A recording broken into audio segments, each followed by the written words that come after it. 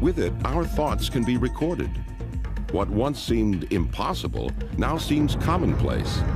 Today, computers are capable of amazing tasks that boggle the mind.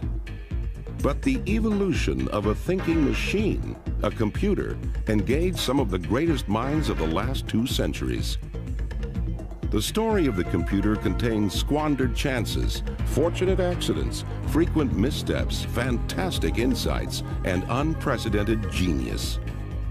It is the story of a machine that helps us win a war, figures in the creation of weapons of inconceivable destruction, and sends us into space.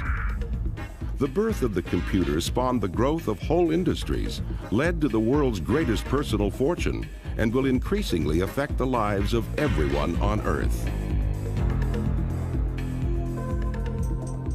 Thinking machines, the creation of the computer.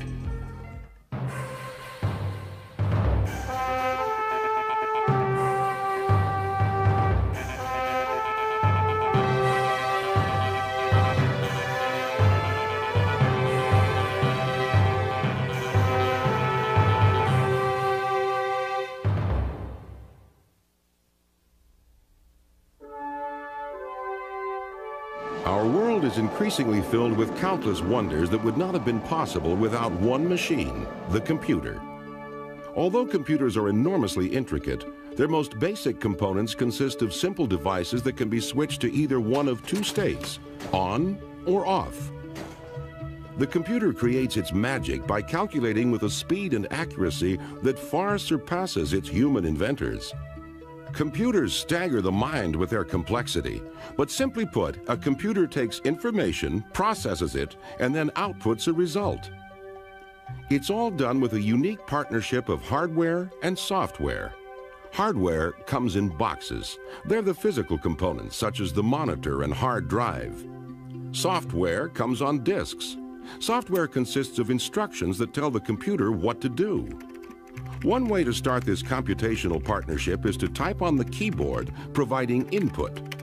The input is picked up by the central processing unit, or CPU, the computer's brain. Using instructions provided by software, the CPU processes the input. The magic behind the CPU is its blinding speed. Modern processors are measured in MIPS, millions of instructions per second. While processing, the CPU may retrieve data stored in random access memory, known as RAM, or data stored on a hard drive. Modern RAM is so quick that every second it can send the equivalent of 10,000 typewritten pages of information to the CPU. And modern hard drives can store the equivalent of 250,000 pages of typewritten material. After processing, the CPU outputs information, often on a monitor. The whole procedure is usually so quick that it appears instantaneous. Today, computers are so commonplace we take them for granted. But not long ago, computers only existed in the imagination of a few visionaries. The search for machines that could figure quickly and accurately has seized the human imagination for thousands of years. In fact, the computer's family tree has roots so deep in the past, it's impossible to know exactly where they begin.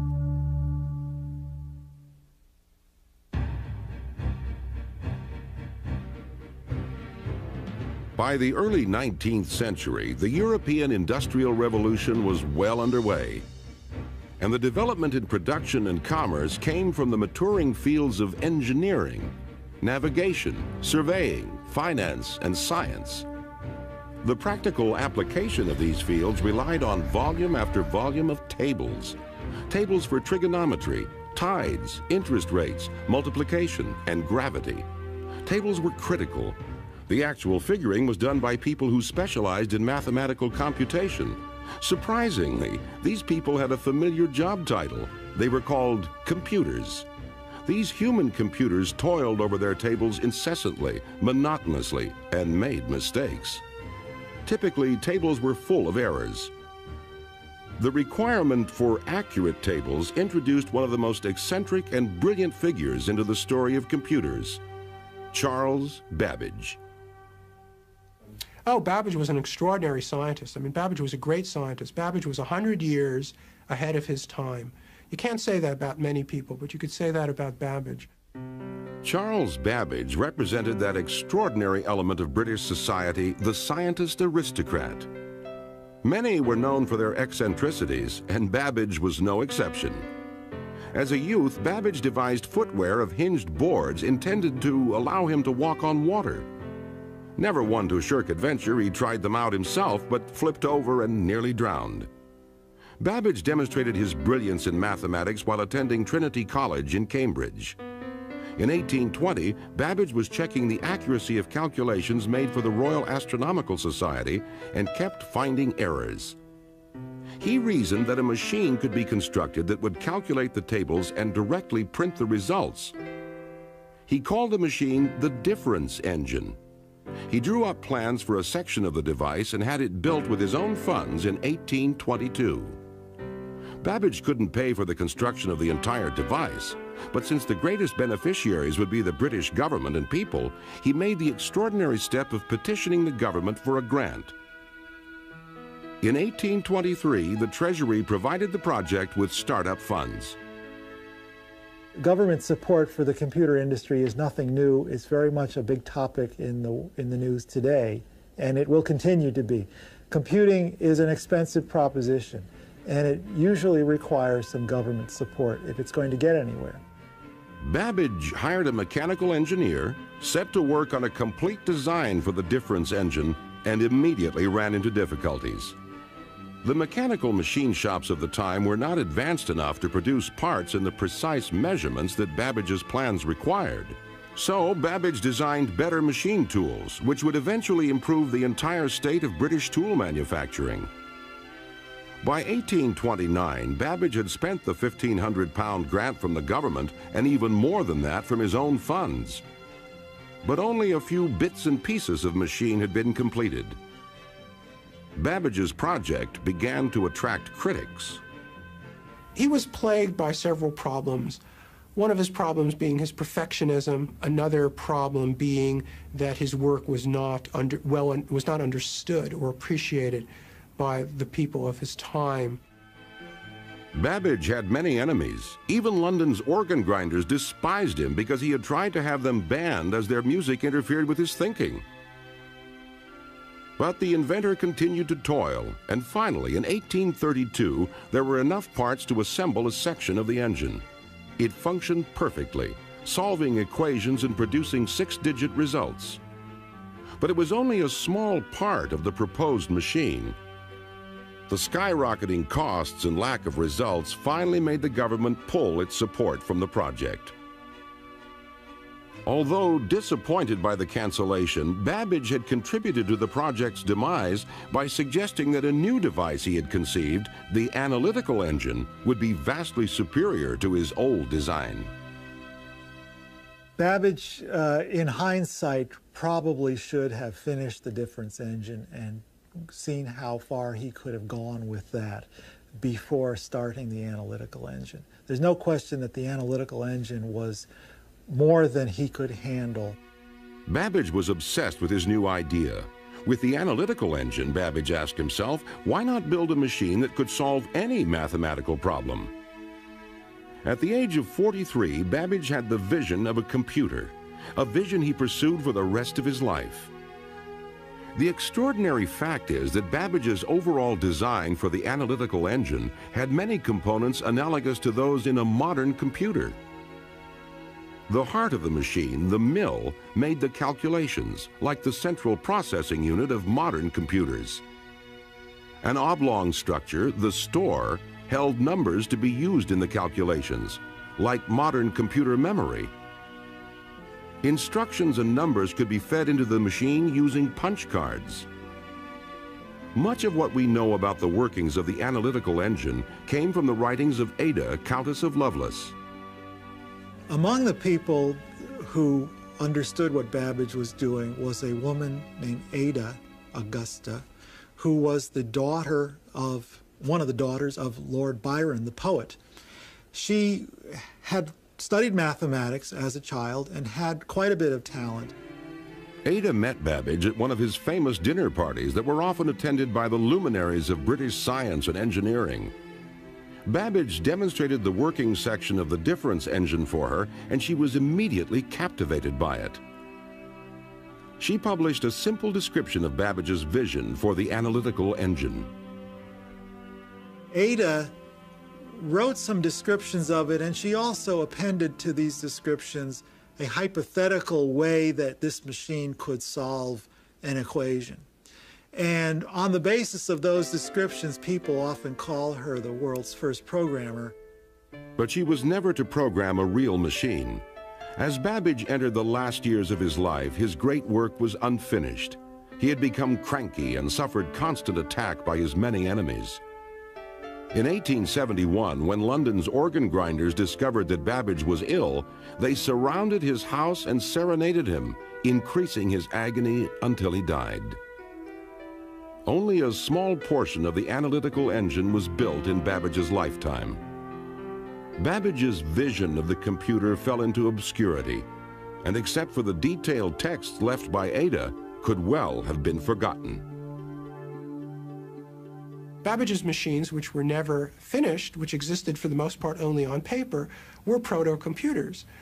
They were mechanical, they used gears, they used metal shafts. They weren't computers in our sense of the term, that is, they weren't electronic digital computers, but they were abstractly and on paper mechanical computers. It would be nearly 100 years before a programmable computation device would again be conceived.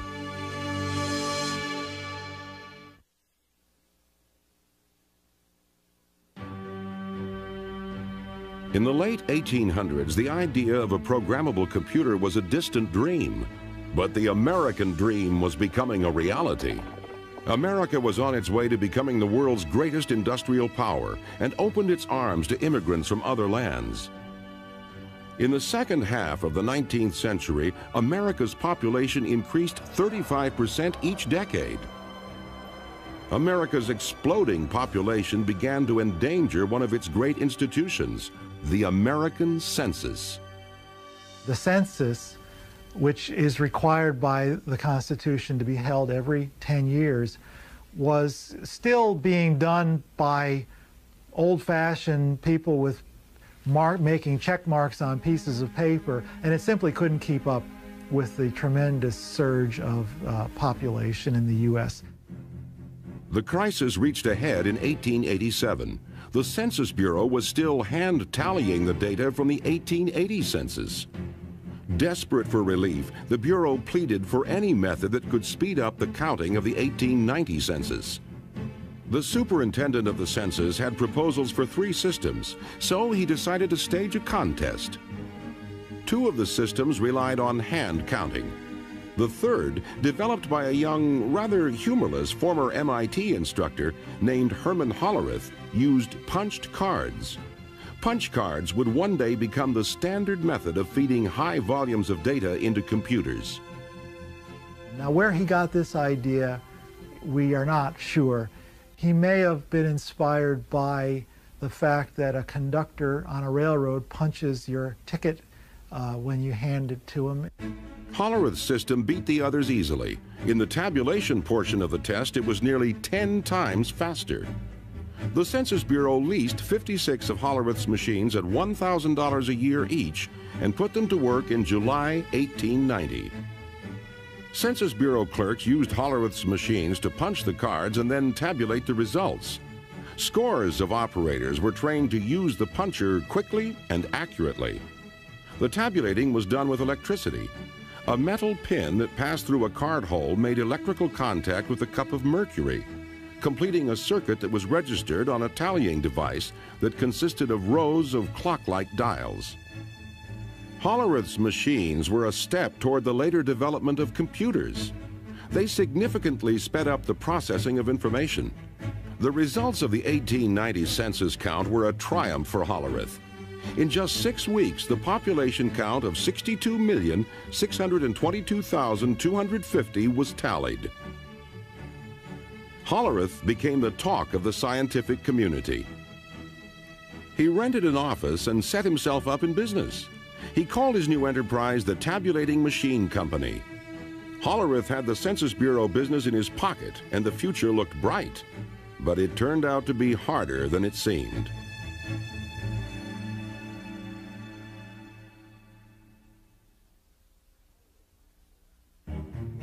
Hollerith's natural aptitude for mechanical devices was obvious, but he also proved himself to be a dogged businessman. He drummed up business among one of the biggest industries of the day, the railroads. With the increase in population and the push west, the railroads had grown into enormous organizations with personnel, stations, cars, and customers scattered all across the country. Hundreds of clerks produced tons of paper to help track and manage these vast empires. Hollerith convinced the New York Central Railroad to try out some of his machines. The experiment wasn't a success. Hollerith's machines could compute fast enough for census work, but couldn't keep up with the speed and volume of the railroad business. After 3 months, the machines were removed. Hollerith was short on capital and faced ruin. He moved his family into his mother-in-law's house. He sold his assets, even his horse, to raise money to redesign his machines, to improve their speed, reliability, and ability to make additions. Hollerith even customized the punch cards for business computations, such as adding columns to store dollars and cents. After a solid year of tedious work, Hollerith returned to the New York Central and offered them free use of his new, improved, and faster computing machines for a year. Within 3 months, the railroad was convinced and contracted to lease the machines. The tabulating machine company was back on track. Hollerith had avoided bankruptcy and now had more work than he could handle. And Hollerith, you could say, came along just in time. It was a combination of his invention making this available, but also the need out there required something like that. So it was a convergence of the social needs or the social factors on the one hand and the inventiveness sort of pushing from the other hand. But Hollerith was weary. He was diagnosed with a bad heart and ordered to slow down. In 1911, Hollerith sold his shares in the tabulating machine company for over $1 million. Hollerith's former company was merged with 3 others and, led by master salesman Thomas Watson, grew into a major supplier of business equipment. In 1924, Watson renamed the enterprise International Business Machines, IBM. Because of Hollerith, the name IBM would become synonymous with computers.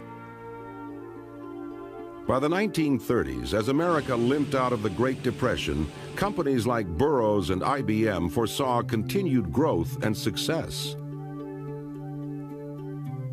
Over the next decade, progress would be slow. It would take the destructive forces of World War II to give the computer its next great advance.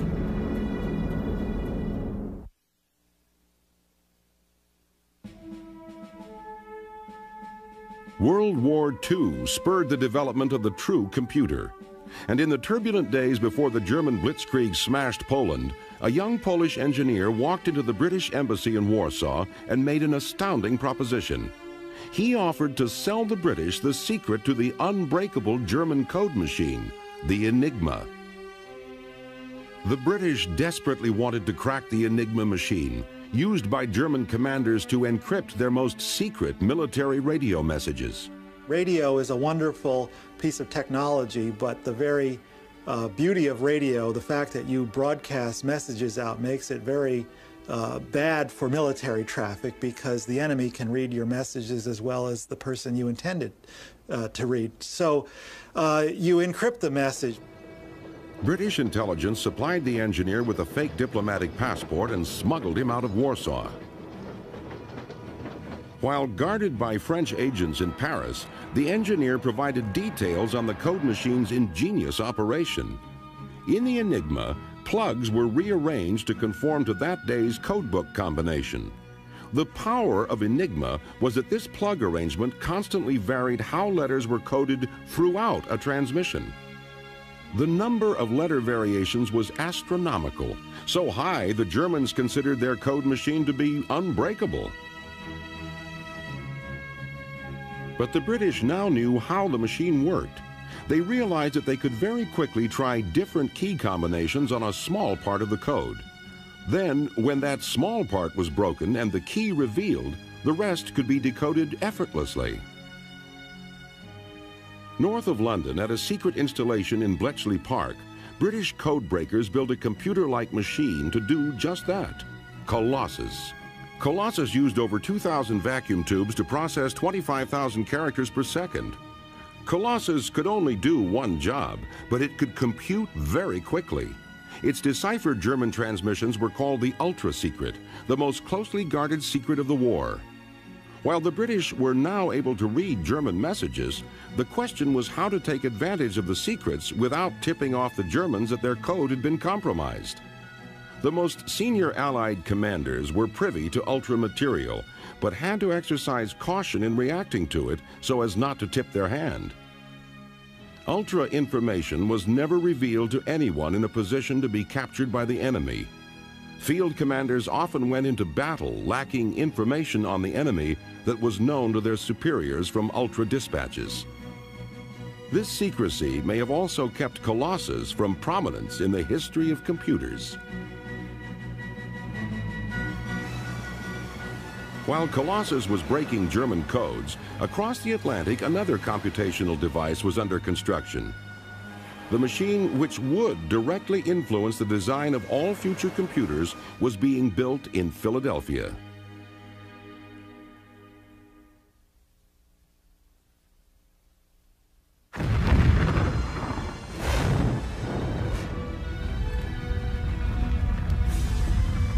In response to the attack on Pearl Harbor, American industry quickly became a powerhouse producer of the implements of war. But by 1943, there was a critical shortage of a surprising component of the war machine: firing tables for artillery pieces. Firing tables allowed gunners to correctly aim their guns in different ranges, altitudes, temperatures, and wind conditions. To calculate these tables required enormous numbers of calculations, which at that time were done by human beings. Incidentally, these people who did them were called computers. That was their job title. And they operated adding machines, mechanical adding machines primarily. And they would simply step through these calculations and produce these tables. One of the centers of firing table calculation was at the Moore School of Engineering at the University of Pennsylvania in Philadelphia. Midway through the war, it became clear that the tables could not be produced fast enough. This was a crisis. Without tables, new guns could not be shipped to the troops overseas. To break the bottleneck, a Moore School physicist, John Mauchly, made a fantastic proposal.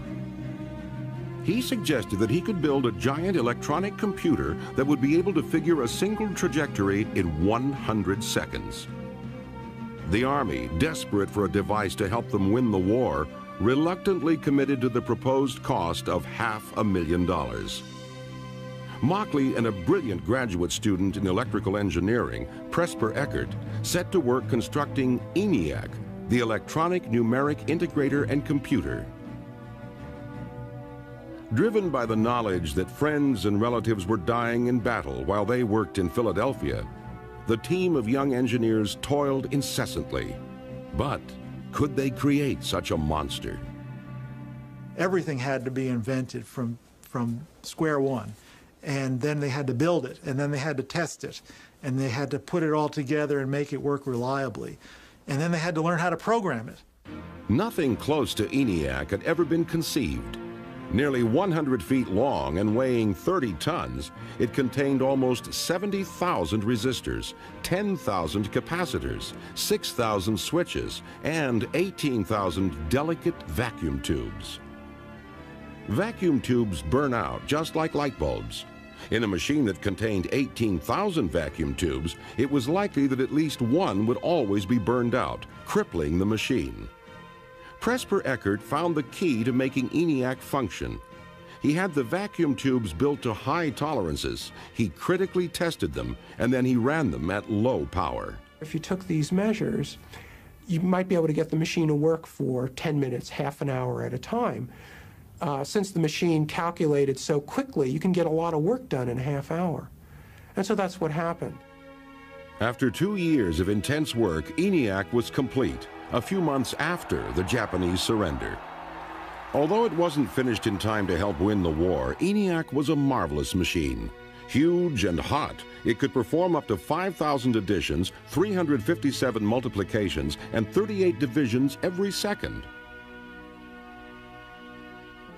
By far and away the most complex machine of its time, ENIAC still lacked many of the qualities of a modern computer. Its memory was very primitive. It had to be laboriously rewired each time it was programmed and couldn't make logical decisions based on its calculations. But with tremendous expenditures of time and money, ENIAC had proved that computers could be constructed. However, except for arcane scientific calculation, did anyone really want them? The question lingered, could anyone build a really practical computer?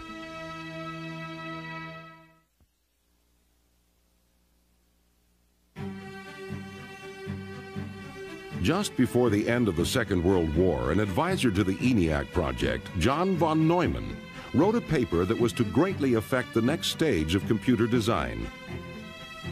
Von Neumann possessed a photographic memory, an incomparably fast mind, and was one of the principal scientists involved in the Manhattan Project, the building of the atomic bomb. He was also an advisor on ENIAC. The paper von Neumann wrote after the war delineated the structure of a modern computer. The paper drew heavily on the work building the ENIAC, yet was undeniably augmented by von Neumann's brilliance. Von Neumann's computer was to have a processing unit, a controlling unit, memory, input, and output. But most importantly in the evolution of computers, it would hold its programming internally in its memory. Internally held programs give computers their power and versatility because an internal program can modify what it does based on data or the results of computations. In machines like the ENIAC, programming had been hardwired or fixed, so the machine was much less adaptable. The idea for storing the program internally was the last key to developing the true computer. But whether it was von Neumann's idea has long been hotly debated. Eckert and Mauchly claimed they formulated internal programs as a natural part of their work building ENIAC, although they couldn't stop and incorporate the idea into the machine. But many who read the paper assumed that all the genius behind it was from the great von Neumann. He was one of the most widely regarded mathematicians in the world. Eckert and Mauchly were relatively obscure. Eckert was a young man just out of school. Mauchly had been a professor at a fairly out-of-the-way college. They didn't have international reputations. Eckert and Mauchly weren't included as authors in the paper. They felt they had been betrayed. The most important effect of von Neumann's paper was to spur computer development. Eckert and Mauchly moved into offices in Philadelphia, hired a staff, and set up a company that would build a business computer. They called it the UNIVAC. They signed a fixed-cost contract to build a UNIVAC for the Census Bureau, rolled up their sleeves, and went to work. Unfortunately, building UNIVAC turned out to be a monumental undertaking. As they struggled to make UNIVAC real, they also struggled financially and needed to be bailed out by a series of larger companies. They eventually joined forces with Remington Rand, a flourishing typewriter manufacturer. In March of 1951, after 6 years of toil, they finally delivered the first UNIVAC to the Census Bureau. Unlike ENIAC, the UNIVAC was an entire computer system designed for business. UNIVAC could be programmed for a variety of data processing tasks. Compact tape drives held data, and results were automatically printed. But even with the backing of Remington Rand, sales remained slow. Very few people understood how useful a computer could be. That perception changed dramatically one night in 1952. In a brilliant public relations move, Remington Rand arranged with CBS to use a UNIVAC on election night to predict the outcome of the presidential race between Dwight Eisenhower and Adlai Stevenson. Polls said the race was too close to call. No one had ever programmed a computer to make electoral predictions. Eckert and Mauchly's engineers entered their customized algorithms right until airtime. The operators fed in the results of selected eastern precincts and at 9 p.m. ran their program. UNIVAC predicted a landslide for Eisenhower, but the polls said differently. The operators didn't believe what UNIVAC was telling them and assumed their programming was at fault. Quickly, they reprogrammed the machine to better reflect what the experts predicted. As the night went on, it became clear that Eisenhower would indeed win by a landslide. CBS sheepishly announced that they hadn't believed the machines. When all the votes were tallied, UNIVAC's initial prediction was off by less than 1% of the final result, an extraordinary prediction even by today's standards. The power and utility of the computer had been proved.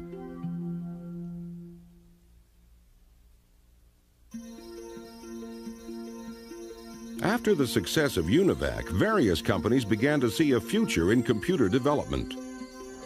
New companies like Burroughs, as well as old giants like General Electric, jumped into the computer business. But most large American businesses were dependent on the data processing systems provided by one company, the office machine monolith, IBM. IBM had no computers. IBM's aging leader, the legendary sales guru Thomas Watson Sr., was not eager to jump into the enormously costly development of computers. A computer back then contained thousands of vacuum tubes, occupied, one or more large rooms, and required a small army of attendants to run. IBM and most other people didn't see how computers could be used in business. It took Watson's son, Tom Watson Jr., to lead IBM into the computer age. As Watson himself recalls, the move was spurred by IBM's customers who were fed up with bulky punch cards. I remember particularly Jim Madden, then vice president of the Metropolitan Life, who said, we're going to cancel our IBM just the minute we learn to do this in tapes, because 3 floors of the Metropolitan Life building are used to store the cards of our customers' accounts. And if we keep going the way we will, they'll occupy the whole building. We were threatened into this progress. Faced with the prospect of losing customers, Tom Watson Jr. ordered the development of a computer. IBM's famous sales force told their customers a computer would arrive soon. In fact, it was still being planned. Finally, in 1953, IBM unveiled the 701. Although technologically inferior to the UNIVAC, the 701 and other early IBM computers were hits with the customers because they conformed to standard IBM systems and support. IBM saw the future, and it was computers. They redirected corporate efforts to computer development. IBM's efforts paid off, and by the beginning of the 1960s, the company's large mainframe computers dominated the business. But the development of the computer was about to go in an altogether different direction.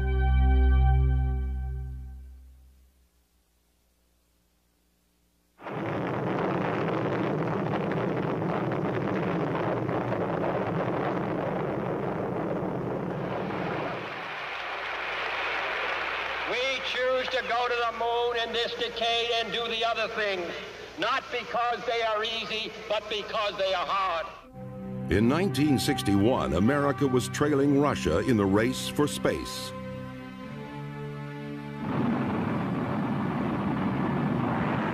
(1961), a year of achievement for Soviet scientists in the race for space.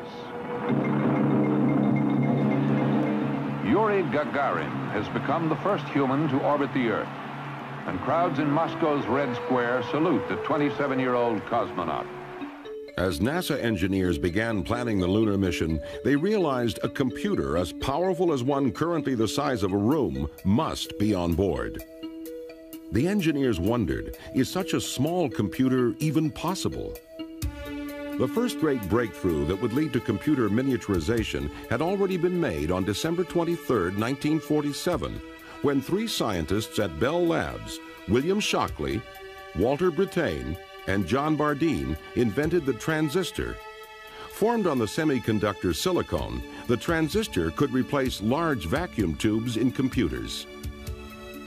Compared to vacuum tubes, transistors were tiny, required little power, and produced little heat. The breakthrough was sufficiently important that the three inventors of the transistor were awarded the Nobel Prize. A computer that could navigate to the moon and back would require thousands of transistors, and although small, they were not nearly small enough. The next step in miniaturization occurred in 1959 when Robert Noyce and Jack Kilby, engineers for rival transistor manufacturers, independently came up with breakthroughs that led to the same revolutionary idea: an entire network of electronic components. Transistors, diodes, capacitors, and resistors could be incorporated onto a single chip of silicon. This great innovation in electronics was called the integrated circuit. Using integrated circuits, a 10-ounce computer was built that was as powerful as a 30-pound one made of transistors. But integrated circuits had an inherent problem. They were difficult to manufacture and therefore were expensive. But the space race had started just in time to pay for them. In 1969, 5,000 integrated circuits made up the heart of each of two identical computers, one on the lunar orbiter and one on the lander. For their size, these were the most powerful computers on Earth, soon to leave the Earth entirely. Beautiful, just beautiful.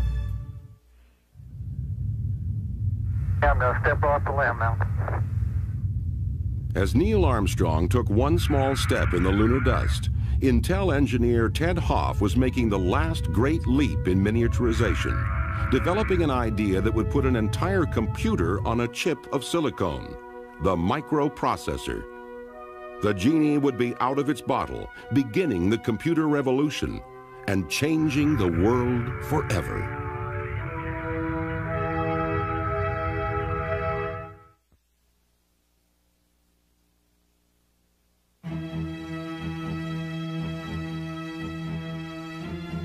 Okay, Houston, we've had a problem here.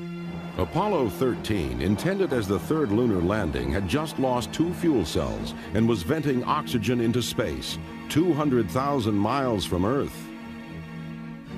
Soon, the second oxygen tank would begin losing pressure. The astronauts would die unless they could precisely align their spacecraft and fire their rocket to slingshot themselves around the moon and back to Earth. Critical to the alignment was Apollo's state-of-the-art guidance computer. A new trajectory was figured. The all-or-nothing rocket firing was made.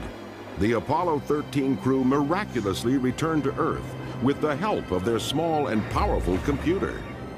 By the last Apollo mission 2.5 years later, computers as powerful as those on Apollo would be available to everyone.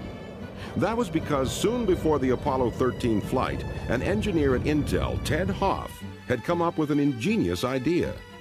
Hoff had been told to design 12 separate integrated circuits to make a Japanese pocket calculator. He suggested placing the entire processing unit on a chip and programming it just like a computer. Intel developed the idea, and by 1970 they had a working model of a microprocessor. It was the invention not just of integrated circuits, but of a particular kind of integrated circuit, the microprocessor, that makes today's personal computers possible. Smaller than a fingernail, a microprocessor contains many of the components of a computer, including a control unit, a clock, and areas where data can be stored and modified. Processing power was about to become very cheap and very compact. In the mid-1970s, 2 friends, Stephen Wozniak and Steve Jobs, were manufacturing a small computer in a Palo Alto garage. Steve Jobs was a college dropout, but he was a college dropout with a difference. He was very intelligent, he had a lot of street smarts, he was also extremely ambitious. I think perhaps more important than that, he knew the other Steve Wozniak, had created something exceptional. Steve Jobs sold his Volkswagen, and Stephen Wozniak sold his HP calculator to finance their company that would revolutionize the computer industry. Jobs trekked all over the San Francisco Bay Area to find buyers for the $500 machine, which they called the Apple I. The Apple I was large and unwieldy. Jobs realized they needed a new design for a computer that anyone could use. Wozniak began to build the Apple II. The fate of Apple changed dramatically when, in the fall of 1976, a visitor to Wozniak's garage saw the prototype of the Apple II. The visitor was Mike Markkula, who at 32 had retired from Intel as a millionaire. He was so impressed by the Apple II that he joined Apple and put it on a sound business footing. The Apple II was introduced to the public and sales skyrocketed. But in 1978, even with the success of the Apple II, using a computer wasn't easy. The early Apple computers, as well as all early personal computers, did not have graphical interfaces. They didn't have mice. They had what's known as a command line interface. That is, you typed instructions into the computer and your instructions appeared as text on the screen. A simple-to-use computer had been conceived by a computer scientist named Doug Engelbart. He demonstrated his vision in 1968 at the Fall Joint Computer Conference in San Francisco. If I hit W, it'll say delete word. The arrow moves back and forth to give me feedback. Wielding a keyboard and a pointing device he called a mouse, Engelbart worked with a computer 30 miles away, linked by microwaves, and demonstrated word processing and hypertext. Many in the audience went home inspired, but one group alone was to fulfill Engelbart's vision.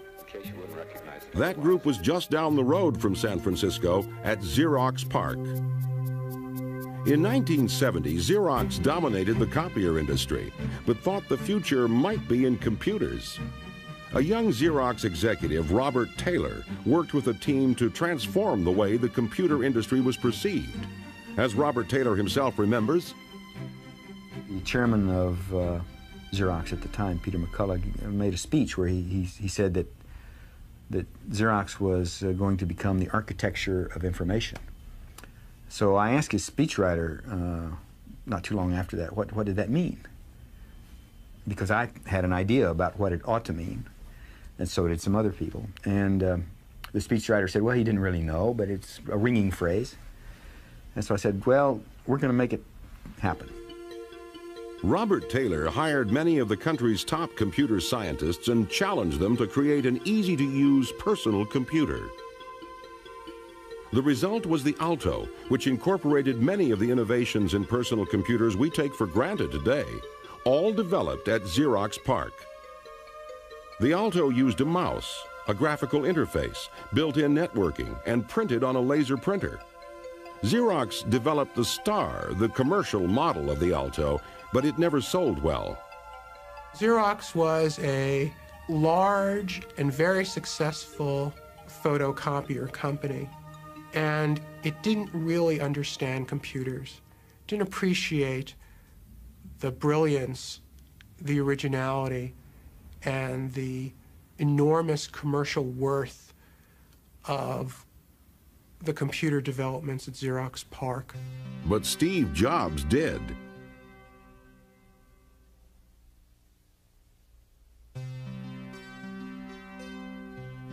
In 1979, Steve Jobs visited Xerox PARC and saw the Alto. He returned to Apple and immediately set to work on what would become the Macintosh computer, the first popular personal computer similar to those used today. What made the Macintosh easy to use was its operating system and applications, otherwise known as software. Increasingly, software was dominating the advances made in computers. Bill Gates, the young president of computing software company Microsoft, understood the importance of software to the future of computers and parlayed this vision into a vast software empire, making him the richest man in the world.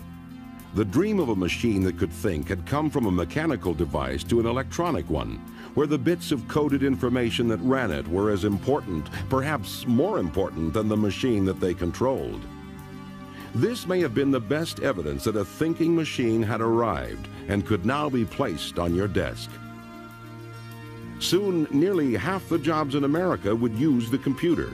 Within the decade, microprocessors would be everywhere, incorporated into automobiles, appliances, and scientific instruments, significantly increasing their capability and reliability.